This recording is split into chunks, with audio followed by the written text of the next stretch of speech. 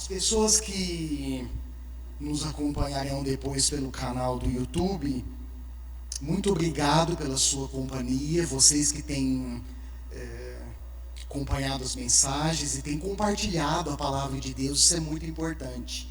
Que Deus te abençoe a sua vida, e o meu desejo e oração é que sempre a palavra de Deus encoraje o seu coração. No Evangelho de João, no capítulo 21, esse texto, pessoalmente falando, eu considero um dos textos mais fantásticos, uma das narrativas bíblicas mais fascinantes registradas pelo apóstolo João. Alguns comentaristas bíblicos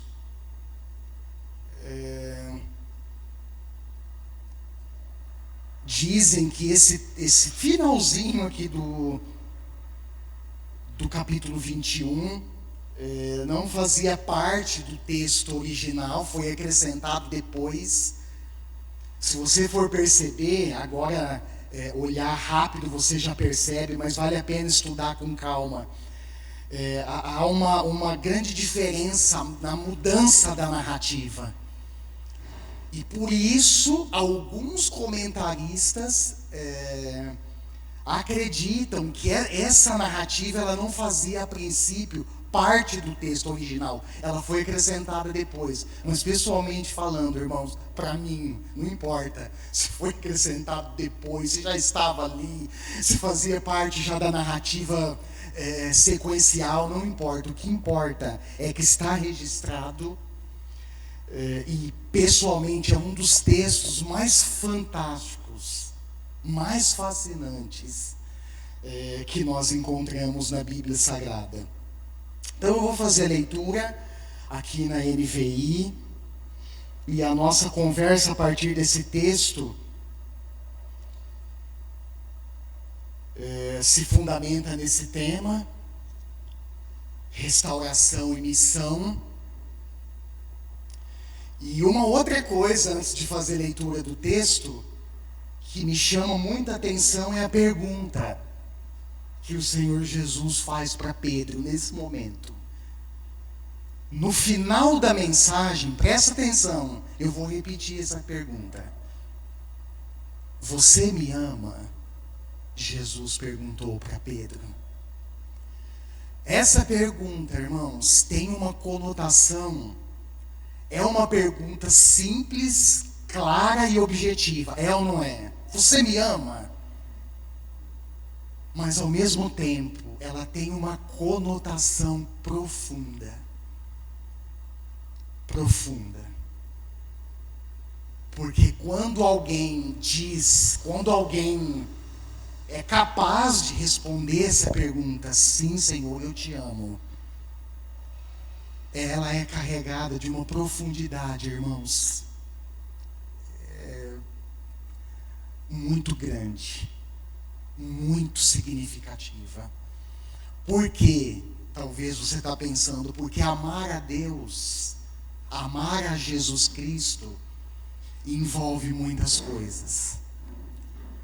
Não é simplesmente responder uma questão racional aqui no intelecto, mas envolve muitas coisas.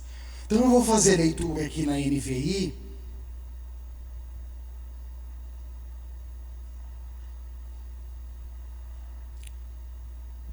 E aí você acompanha na sua Bíblia, na versão que você tem disponível aí, seja ela impressa ou celular. A minha impressa eu não vou abandonar jamais, nunca. Sempre carregarei comigo. João 21, 15 ao 17. Depois de comerem, Jesus perguntou a Simão Pedro: Simão, filho de João, você me ama mais do que estes? Disse ele: sim, Senhor. Tu sabes que te amo. Disse Jesus: cuide dos meus cordeiros. Novamente Jesus disse: Simão, filho de João, você me ama?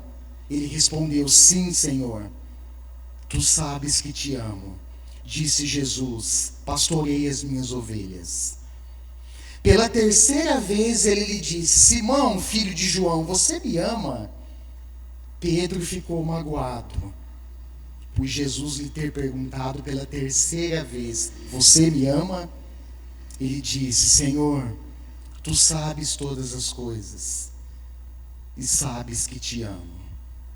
Disse Jesus: cuide das minhas ovelhas. Percebeu a diferença aqui da primeira resposta que Pedro deu para Deus, para Jesus? Senhor, olha, eu te seguirei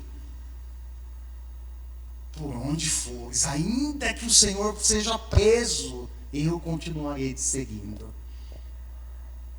Percebeu a diferença aqui, Senhor? Parece uma resposta tímida, né? Tu sabes de todas as coisas, sabes que te amo. Irmãos, eu quero trazer o olhar para vocês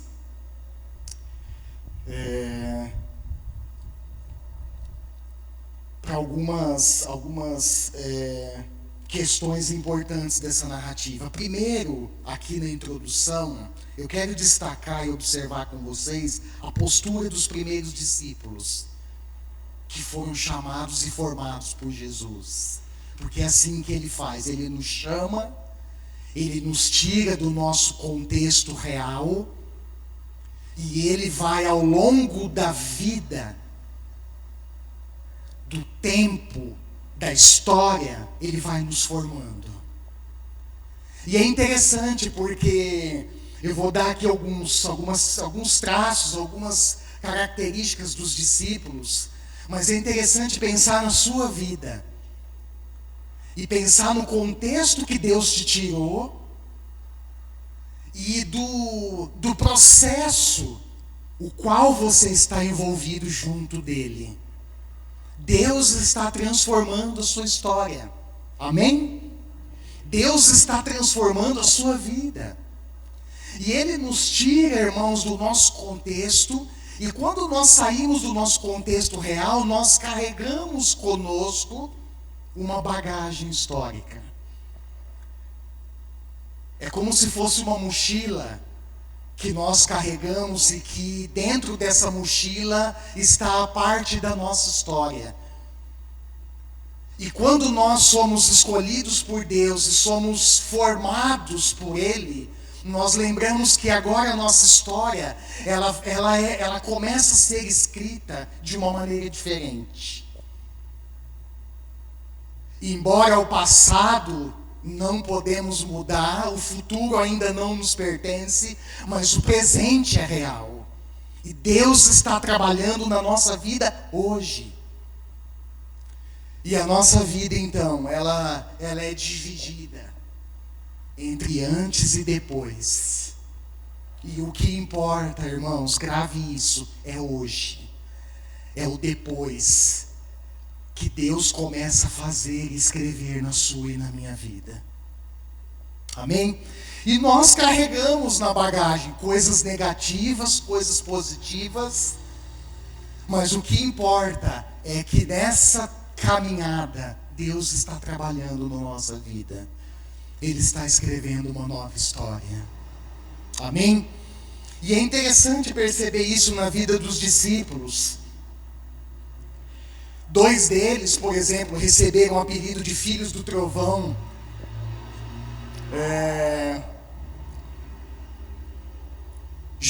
Tiago e João, os filhos de Zebedeu, receberam esse apelido de Jesus, filhos do trovão, por causa da personalidade deles. Inclusive, se você for ver no Evangelho de Lucas, no capítulo 9, a partir do verso 51, Jesus está se dirigindo para Jerusalém. E Lucas diz que ele se dirige para Jerusalém resolutamente. Lucas dá ênfase na missão que Jesus estava prestes a consumar em Jerusalém. E eles param no caminho, eles param num povoado samaritano. E quando os samaritanos percebem que Jesus está a caminho de Jerusalém, eles não fazem preparativos, eles ficam bravos por causa da rixa dos judeus com os samaritanos, e nessa hora, Tiago e João ficam tão bravos, irmãos. A personalidade deles aflora. Às vezes tem crente assim, na fila do banco. Ai, ai, ai, Senhor. Às vezes tem crente assim na fila do açougue. Ai, ai, ai, Senhor. Que a personalidade forte aflora. E ao invés de darmos um bom testemunho, a gente deixa um testemunho negativo. Infelizmente. E nessa hora, eles ficam tão furiosos, irmãos. Eu trouxe até um trechinho de um vídeo curto daquela série The Chosen. Recomendo com a devida atenção e principalmente, passa pelo crivo das Escrituras. Mas eu trouxe, não vai ser possível passar, mas tudo bem. Que registra esse momento que Tiago e João ficam tão furiosos que eles falam: Senhor, queres que a gente mande? Estavam se achando os dois, né? Discípulos de Jesus, se achando. Quer que a gente manda cair fogo do céu e consumir essa turma aqui? E Jesus, irmãos, olha para eles e repreende eles. E pergunta, né? Vocês não sabem que tipo de espírito, de que tipo de espírito vocês são? O Filho do Homem não veio destruir. O Filho do Homem não veio matar. O Filho do Homem veio salvar as pessoas. E Jesus corrige a perspectiva deles. Eu quero destacar também os 12 que são mencionados nos evangelhos sinóticos. Você pode conferir lá Marcos capítulo 3, a partir do verso 3 até o 19. Também quero destacar as mulheres. Eita, olha só, Lucas 8.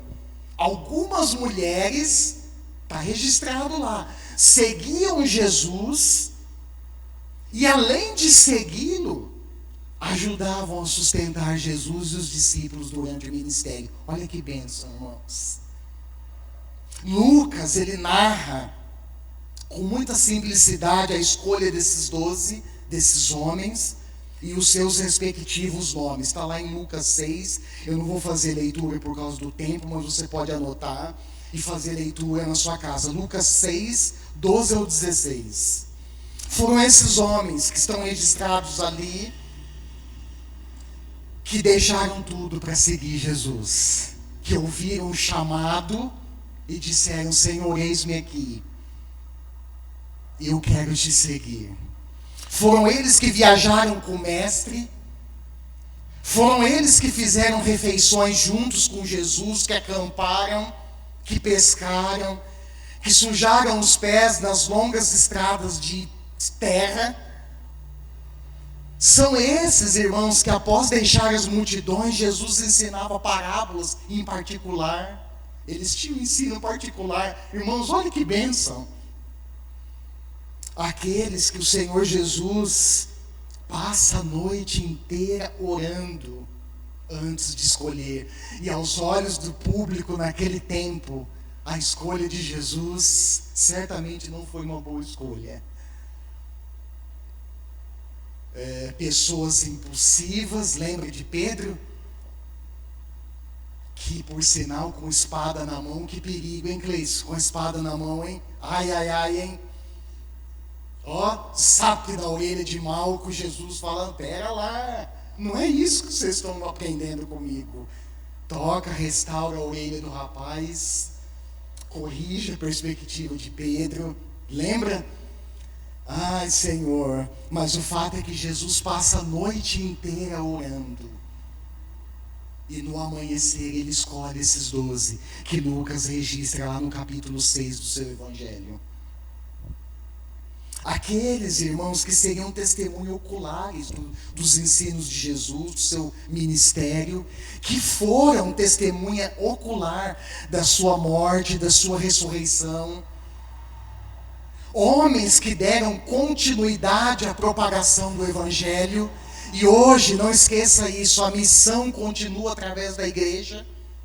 Os apóstolos não estão mais aqui, Mas o sacerdócio real continua na terra. Sou eu, é você, somos nós, a igreja é o sacerdócio real. E a propagação do evangelho no mundo continua por meio da igreja.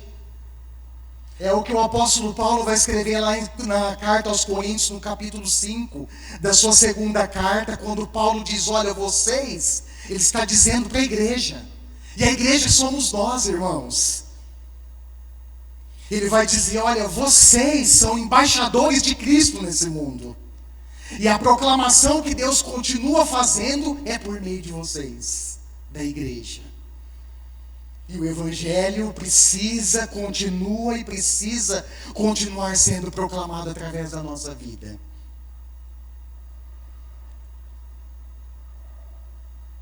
São esses homens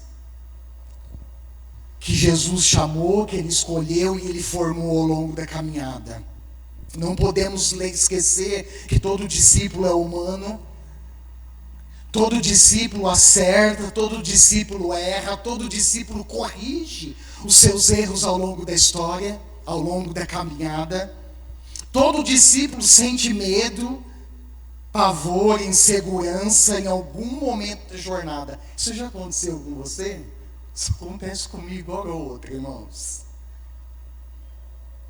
Sentimentos de insegurança, medo diante de algumas situações. E aí eu me lembro da minha humanidade. Os discípulos também eram humanos. Discípulos duvidavam, até aqueles que faziam parte do círculo mais próximo. Lembra de Tomé? João 20, 24 e 25. Se eu não ver as marcas dos pregos nas mãos dele, e não colocar o meu dedo onde estavam os pregos, e não puser a minha mão no seu lado, eu não crerei.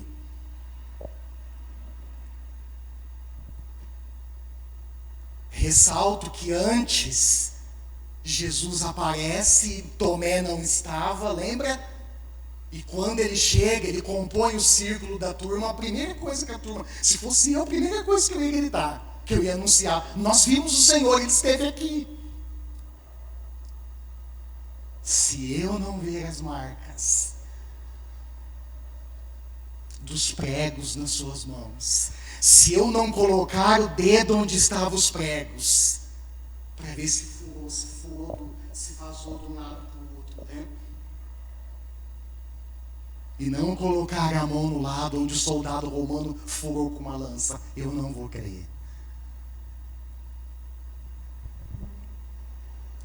O Dr. James Packer, não sei quantos de vocês conhecem, já leram algum artigo ou algum livro desse teólogo muito importante, um escritor anglicano. Olha o que ele disse, irmãos, pegando esse gancho da incredulidade de Tomé. Ele fez uma comparação muito interessante com a igreja. Olha o que ele disse. Ele disse que o que Tomé disse acerca de Cristo, acabei de ler para vocês, o mundo hoje está dizendo a respeito da igreja. Se o mundo não ver um testemunho ativo, fiel, efetivo na igreja de Cristo, eles não acreditarão na nossa mensagem, irmãos. O mundo precisa, as pessoas que estão do seu lado,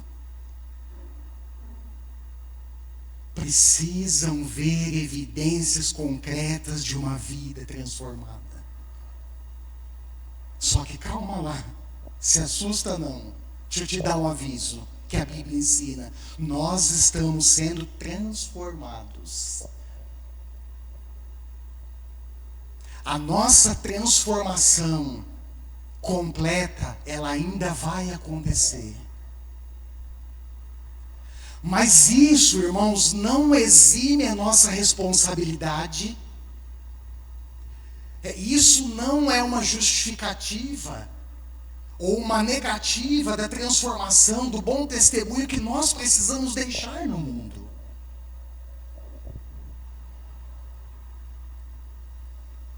O mundo precisa ver na igreja evidências concretas,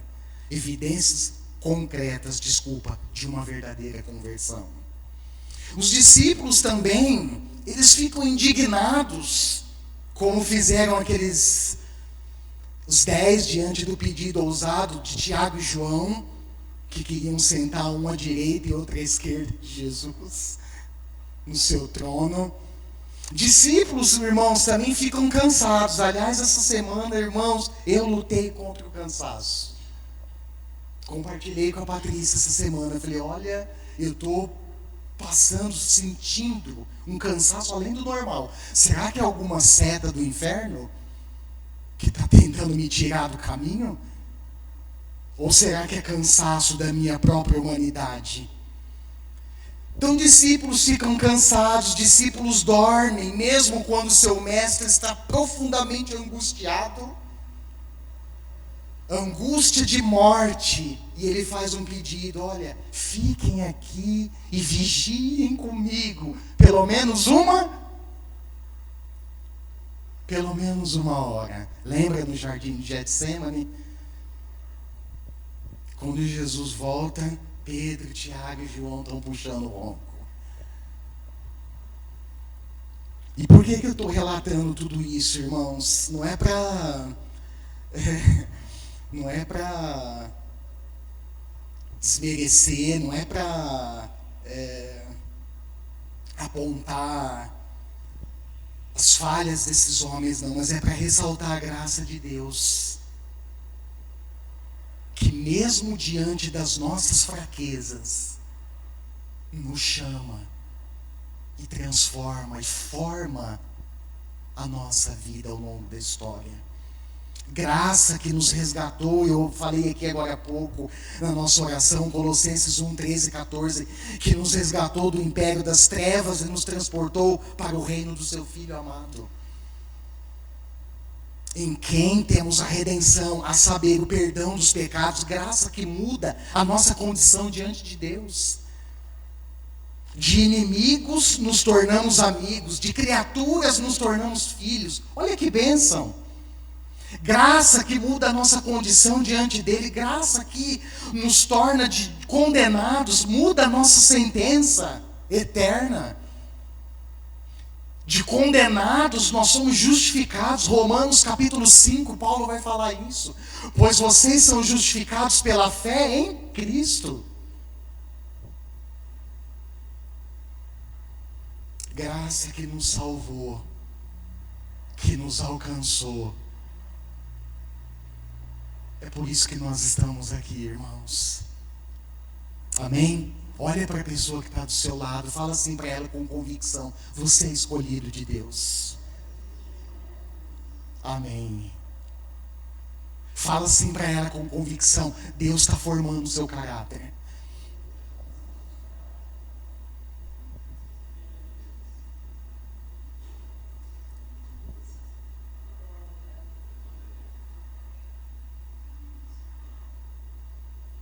E eu fico assim, maravilhado com o agir de Deus, porque Ele não descarta a nossa história. Você já percebeu isso? Ele não descarta a nossa história, irmãos.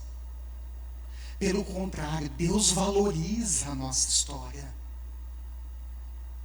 E se ela é negativa, Ele redime, Ele transforma a nossa história, para que ela seja compatível agora com a nova identidade e com a nova vida que nós recebemos em Cristo Jesus.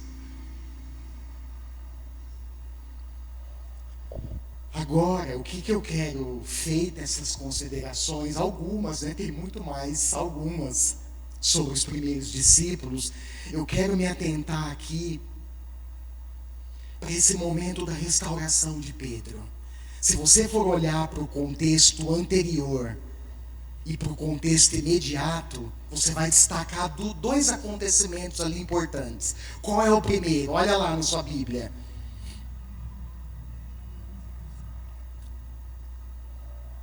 A morte e o sepultamento de Jesus, no contexto anterior. Olha lá, capítulo 19. Só lembrando, o contexto é o que vem antes, o que vem depois, tá? E esse acontecimento, ele certamente ele resultou em sentimentos de incerteza, de tristeza na vida dos discípulos, porque afinal, irmãos, eles deixaram tudo. Eles deixaram tudo para seguir Jesus. Pedro, por exemplo, era sócio de Tiago e João numa empreitada de pescaria. Eles deixaram tudo. E agora, o mestre deles, aqueles que eles deixaram tudo para seguir, estava morto. Estava sepultado. Então, com certeza, isso gerou um sentimento de incerteza e de tristeza. Lucas 24 traz um registro importante sobre isso, quando ele registra aqueles discípulos no caminho de Emaús, lembra? Conversando sobre esse acontecimento. E mesmo ouvindo o testemunho das mulheres, que depois foram ao sepulcro e voltaram, e ouviram do próprio anjo, ele não está aqui, ele ressuscitou.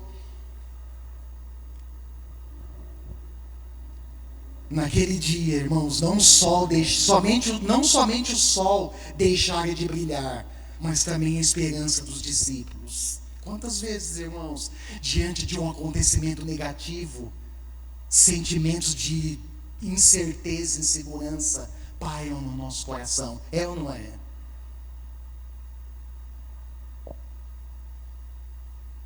E aí, o que fazer?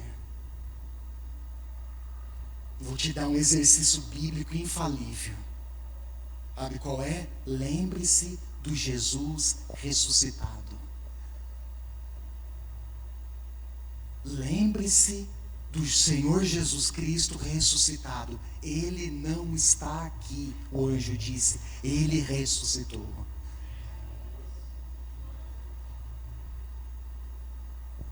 Isso reacende, irmãos, como uma chama ardente a nossa fé, a nossa alegria, a nossa certeza, a nossa confiança e a nossa esperança. E o segundo acontecimento, olha lá, foi um período de pesca mal sucedido. Quem é pescador vai para o rio para pegar peixe. E naquela época, irmãos, a pescaria era uma atividade física intensa, desgastante e cansativa. Não era as varinhas, como é que chama aqui as varinhas telescópicas? Não é varinha telescópica, varinha, como é que é aquela que gira assim, carretilha? Não era isso aí não. Era rede pesada nas costas. Cada vez que você lançava, a esperança é que a rede voltasse cheia de peixes. Mas esse episódio, irmãos, diz que eles pescaram a noite inteira. E não pegaram um peixinho para fazer um ensopado. Pegaram nada. E naquele dia, é importante lembrar, Pedro não estava sozinho. Sabe quem estava na companhia dele? Tomé, Natanael e 2 outros discípulos que também o acompanharam. Sabe quem é? Tiago e João, pescadores profissionais. Mas mesmo na companhia de pescadores profissionais experientes, o texto diz que eles não pegaram nada. Agora vem o mais legal da história. Quem aparece na praia? Tem que ser ele, né? Jesus aparece, irmãos. E eu fiz até arrisquei fazer uma rima aqui. Quando Jesus aparece, o milagre acontece. Quando Jesus entra em cena, o milagre acontece, irmãos. Foi o que aconteceu na sua vida, dona Lígia. Jesus apareceu, ele entrou em cena, tocou sua vida e te curou.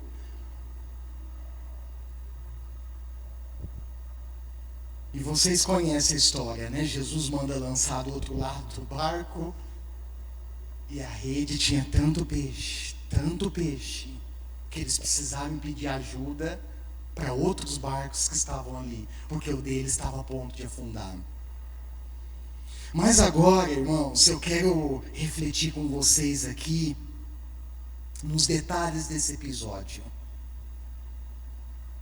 Primeiro, somente na terceira aparição após a sua ressurreição, Jesus ele inicia essa sequência de 3 perguntas para Pedro. A pergunta é a mesma.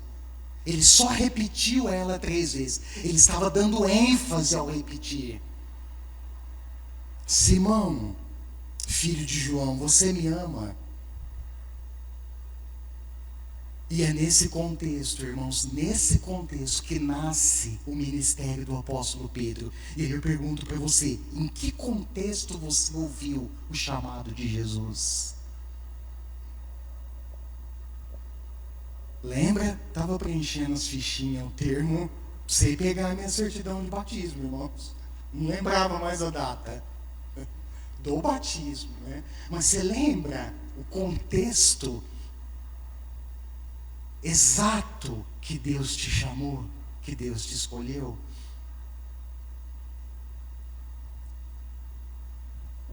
Segundo, vai pensando aí, vai tentando lembrar o que eu vejo, irmãos, o que eu destaco nesse episódio é que nas palavras de Jesus nós encontramos uma combinação profunda de seriedade e delicadeza.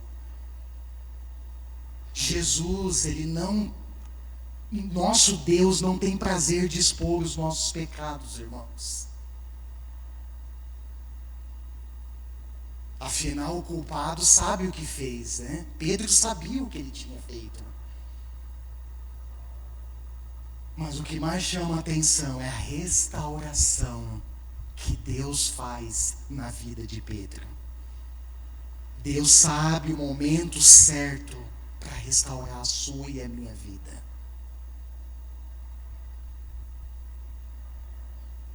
Jesus não tem pressa no seu cuidado pastoral. É Ele que determina a hora do diálogo. Se você for olhar o texto, imagina a cena. Jesus chama Pedro à parte para uma caminhada matinal na praia. Olha só.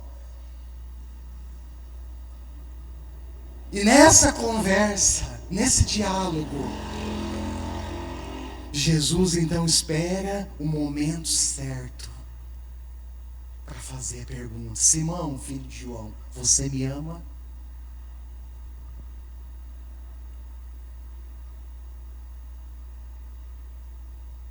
Outro ponto, irmãos, que eu destaco, muito interessante e importante, é que após algumas experiências sem Jesus,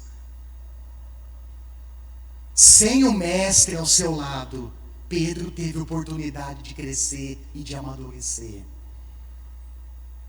Quantas vezes, irmãos, eu não sei se isso já aconteceu com você, nós vivemos experiências em que propositalmente Deus observa em silêncio. Você já teve alguma experiência assim?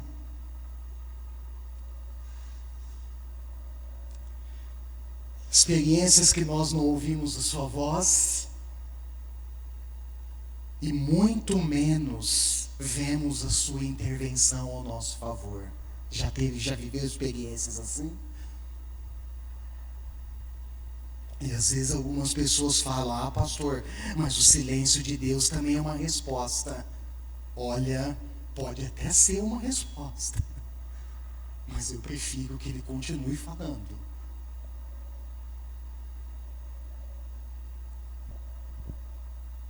E sabe por quê, irmãos? Uma coisa que eu suspeito, por que Deus faz isso? Para que a gente cresça e amadureça. Então não esqueça, às vezes, em algum momento da sua vida, Deus permanecerá em silêncio. Em algumas turbulências da vida que todos nós passamos, Deus permanecerá em silêncio e não entrará com providência. Não vai intervir ao seu favor. Sabe por quê? Uma das coisas que eu suspeito é para que a gente cresça. É para que a gente amadureça. É para que a gente, irmãos, aprenda a confiar na palavra de Deus. Para que a gente aprenda a confiar na presença dEle. Porque confiar e descansar no momento da bonança é fácil. Mas descansar na hora da luta, confiar na hora da escassez e da tribulação, é aí que nós exercemos a nossa fé, irmãos.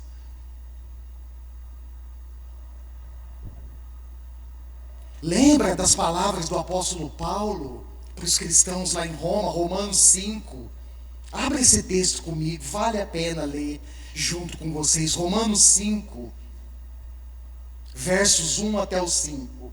Olha a profundidade do que Paulo escreve, do que ele registra para a igreja. Romanos 5, 1 ao 5. Tendo sido, pois, justificados pela fé, temos paz com Deus por nosso Senhor Jesus Cristo, por meio de quem obtivemos acesso pela fé a esta graça, na qual estamos firmes e nos gloriamos, na esperança da glória de Deus. Não só isso, olha só, ele continua. Mas também nos gloriamos nas tribulações, porque sabemos que a tribulação produz perseverança, a perseverança um caráter aprovado, e o caráter aprovado esperança. Olha só.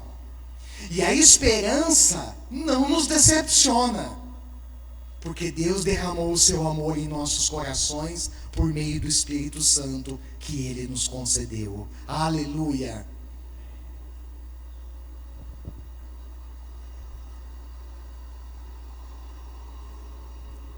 Portanto, o que Jesus estava fazendo com Pedro era um convite amoroso,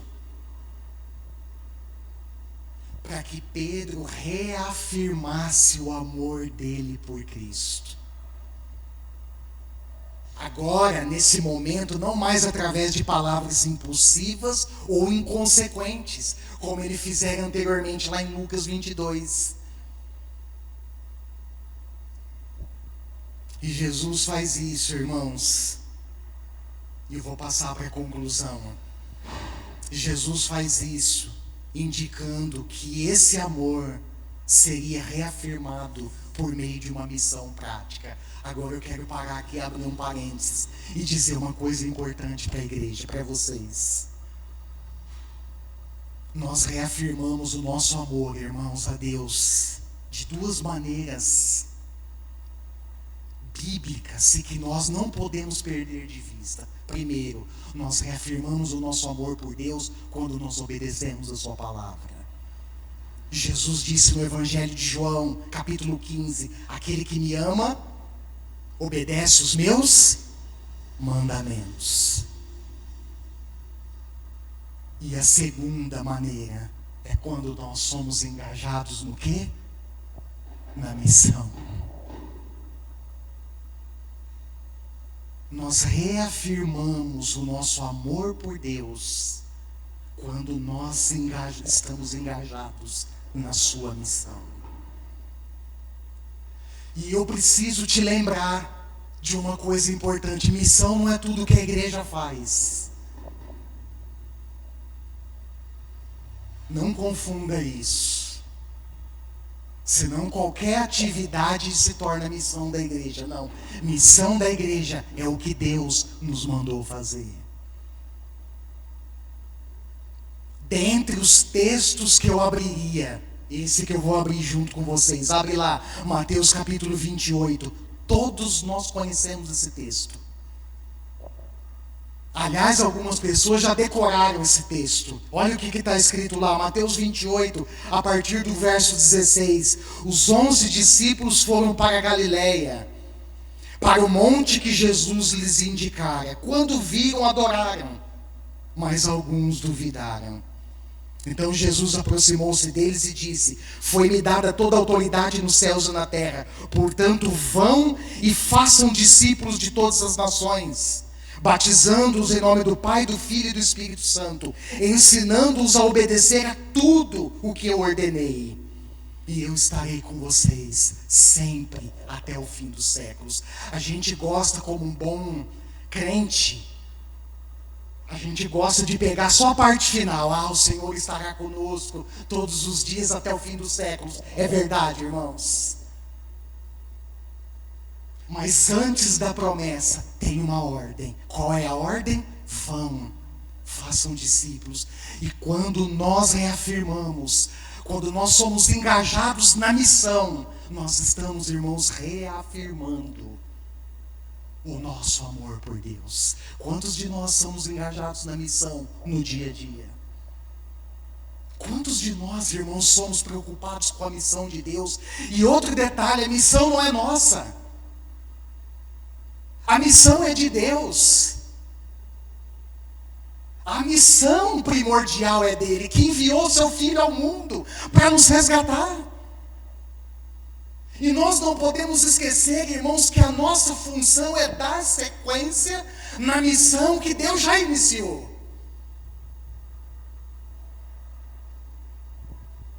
Portanto, quando nós somos engajados na missão, nós estamos reafirmando o nosso amor por Deus. Amém?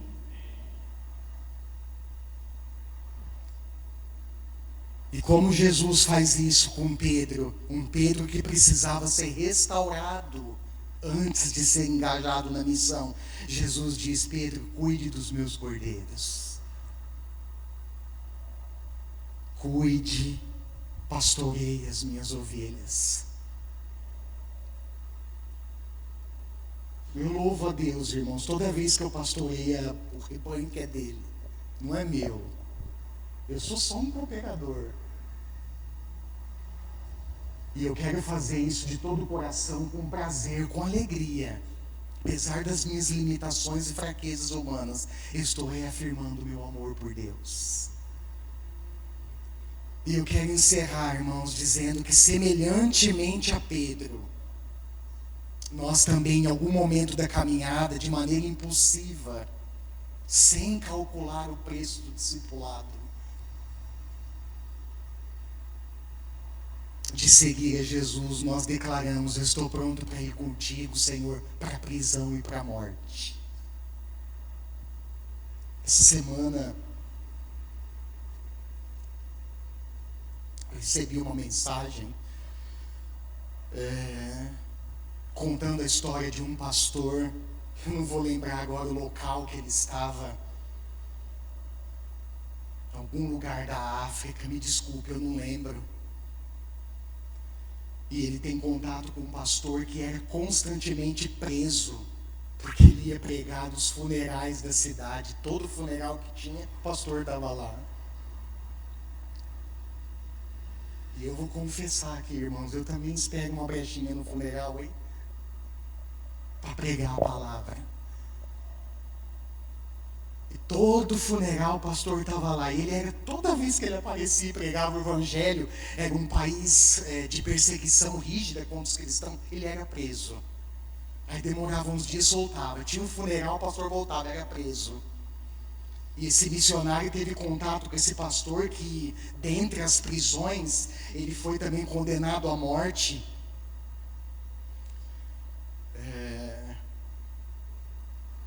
Não foi morto, mas passou pela morte de perto.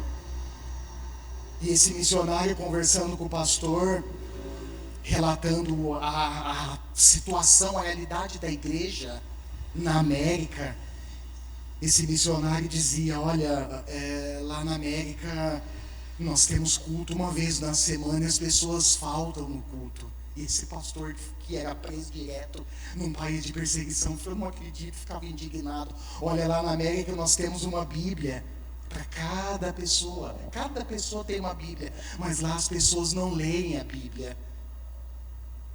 E o pastor falou: não acredito numa coisa dessa.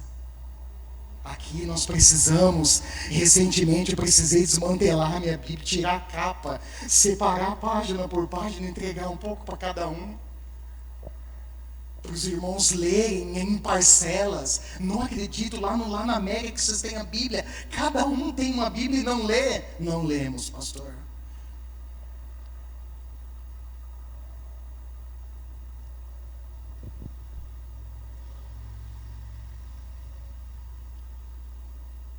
Estou pronto para seguir-te nos caminhos e desertos mais duros e difíceis da vida.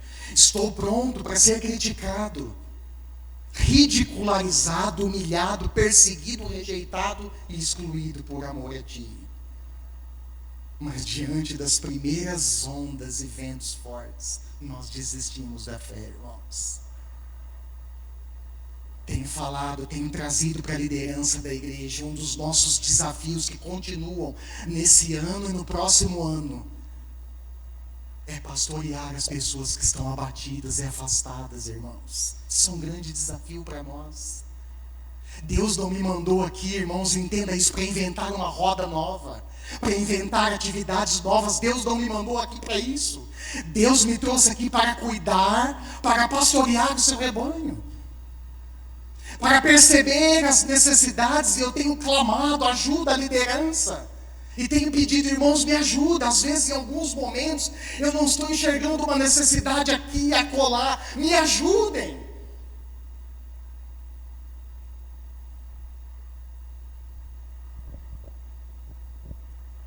Porque uma das nossas tarefas é pastorear o rebanho de Deus.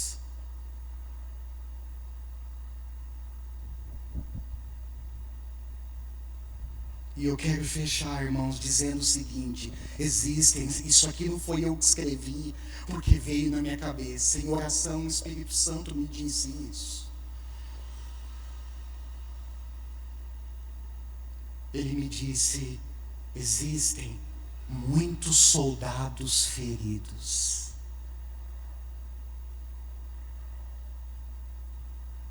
Sabe quem são os soldados? Somos nós.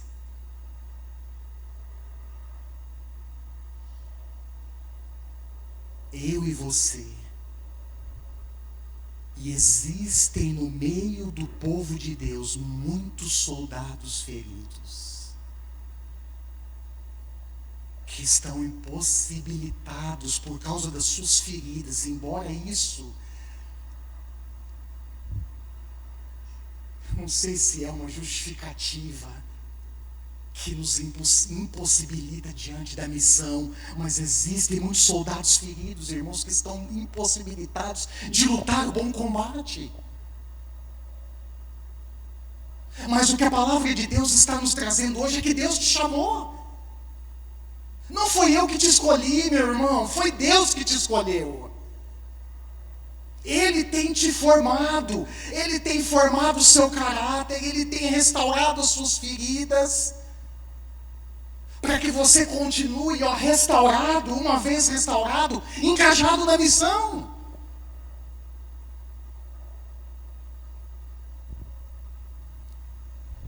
E deixa eu te falar uma coisa que a gente nunca esquece: missão não se faz sozinho. Nós precisamos uns dos outros, irmãos. Quantos Jesus chamou? Quantos Jesus formou? 12. Lógico, calma lá. Quando a gente olha para os evangelhos, a gente vê que ele teve muitos outros discípulos. Mas foram os 12 que ele escolheu, andou, formou e enviou para a missão. Não se esqueça, missão não se faz sozinho. E fechando, panorama do Pedro. Pedro, hein? E detalhe: Deus vai restaurar soldados feridos, para que a obra continue, irmãos. Tá certo, você pode pensar: pastor, mas Deus não precisa da gente para fazer a obra. Não precisa mesmo. mas Ele escolheu nos incluir na obra, por sua imensa graça. E fechando aqui o panorama de Pedro, após a sua experiência de restauração, o que acontece com ele, irmãos? Atos capítulo 2, eu não vou ler, não dá tempo. Atos 2, 14 ao 41, olha lá, Pedro, depois da vinda do Espírito Santo no dia de Pentecostes, se torna porta-voz corajoso entre os primeiros cristãos em Jerusalém, e é responsável pela evangelização dos judeus. Pensa numa evangelização difícil.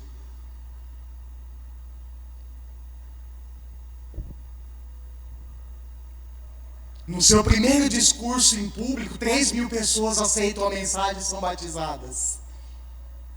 Quando ele foi preso, Atos capítulo 4, lá no episódio da cura do aleijado de nascença, ele testemunha corajosamente diante das autoridades.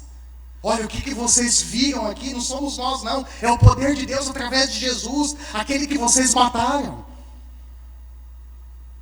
No Novo Testamento, irmãos, Pedro é um exemplo de encorajador da graça perdoadora de Deus em Cristo.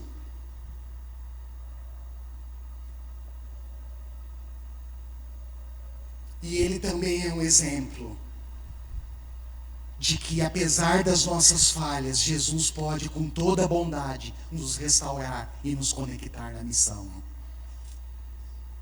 Ele exemplifica muito bem que a graça de Deus, tratada e respondida com devido compromisso, pode gerar frutos extraordinários. E eu quero encerrar dirigindo a mesma pergunta que Jesus repetiu para Pedro 3 vezes para você hoje. Você me ama?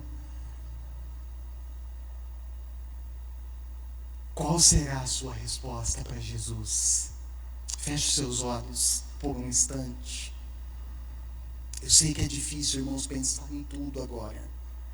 Nós nem conseguimos fazer isso. Por isso que eu encorajo a anotar as coisas, os pontos, e durante a semana estudar e rever e meditar em casa com calma, com tranquilidade. Não é possível aqui pensar e lembrar de cada ponto, mas eu quero que você pense em 2 coisas.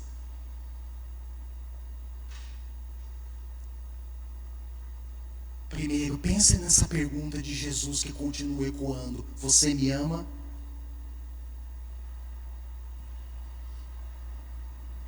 E segundo, pense nas áreas da sua vida que Deus quer restaurar. Você é um soldado de Cristo, não esqueça isso. Você é uma soldada de Cristo, não esqueça isso. Quais são as áreas que Deus quer restaurar na sua vida?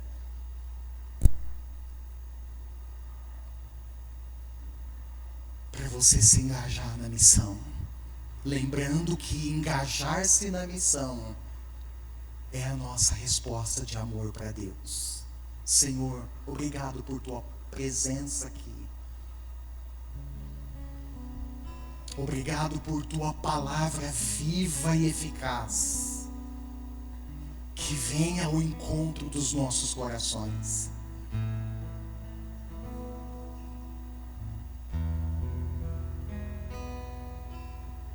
Não podemos simplesmente ouvir e sair daqui sem ao menos pensar no que o Senhor nos trouxe nessa noite. Não podemos sair daqui sem ao menos responder em algum momento, seja hoje, seja agora, seja amanhã ou depois, mas em algum momento responder a sua pergunta.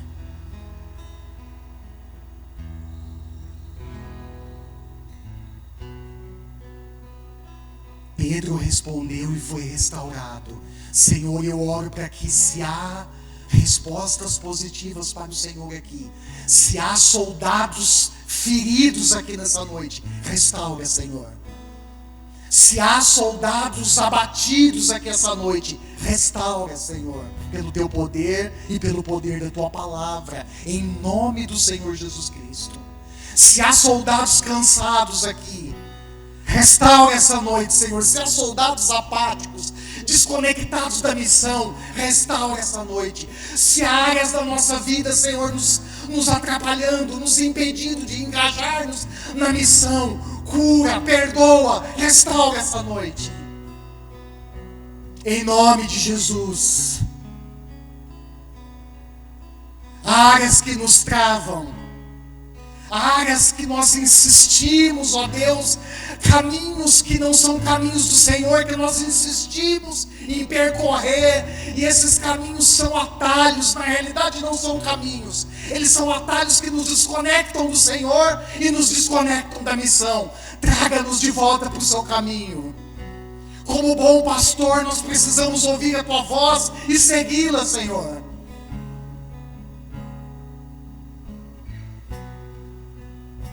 E a sua pergunta continua ecoando e continuará ecoando nos nossos corações: você me ama?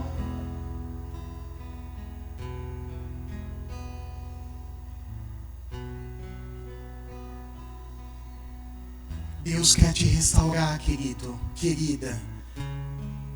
Deus quer restaurar a sua vida, para que você seja engajado na missão.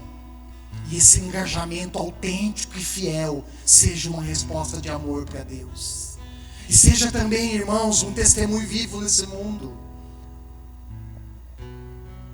Mas uma coisa que eu aprendi ao longo desses anos, caminhando ao lado de Jesus, caminhando ao lado dos meus bons pastores e mentores, é que Deus sempre espera a nossa resposta. Foi o que Ele fez com Pedro. Ele espera a sua resposta. Lembra, ouvimos agora há pouco, quando respondemos efetivamente à graça de Deus, nós somos restaurados e engajados na missão. Mas quando não há resposta, irmãos, não há engajamento, não há restauração, não há engajamento. Você precisa responder para Deus. Obrigado, Senhor. Louvado seja o teu nome. Amém.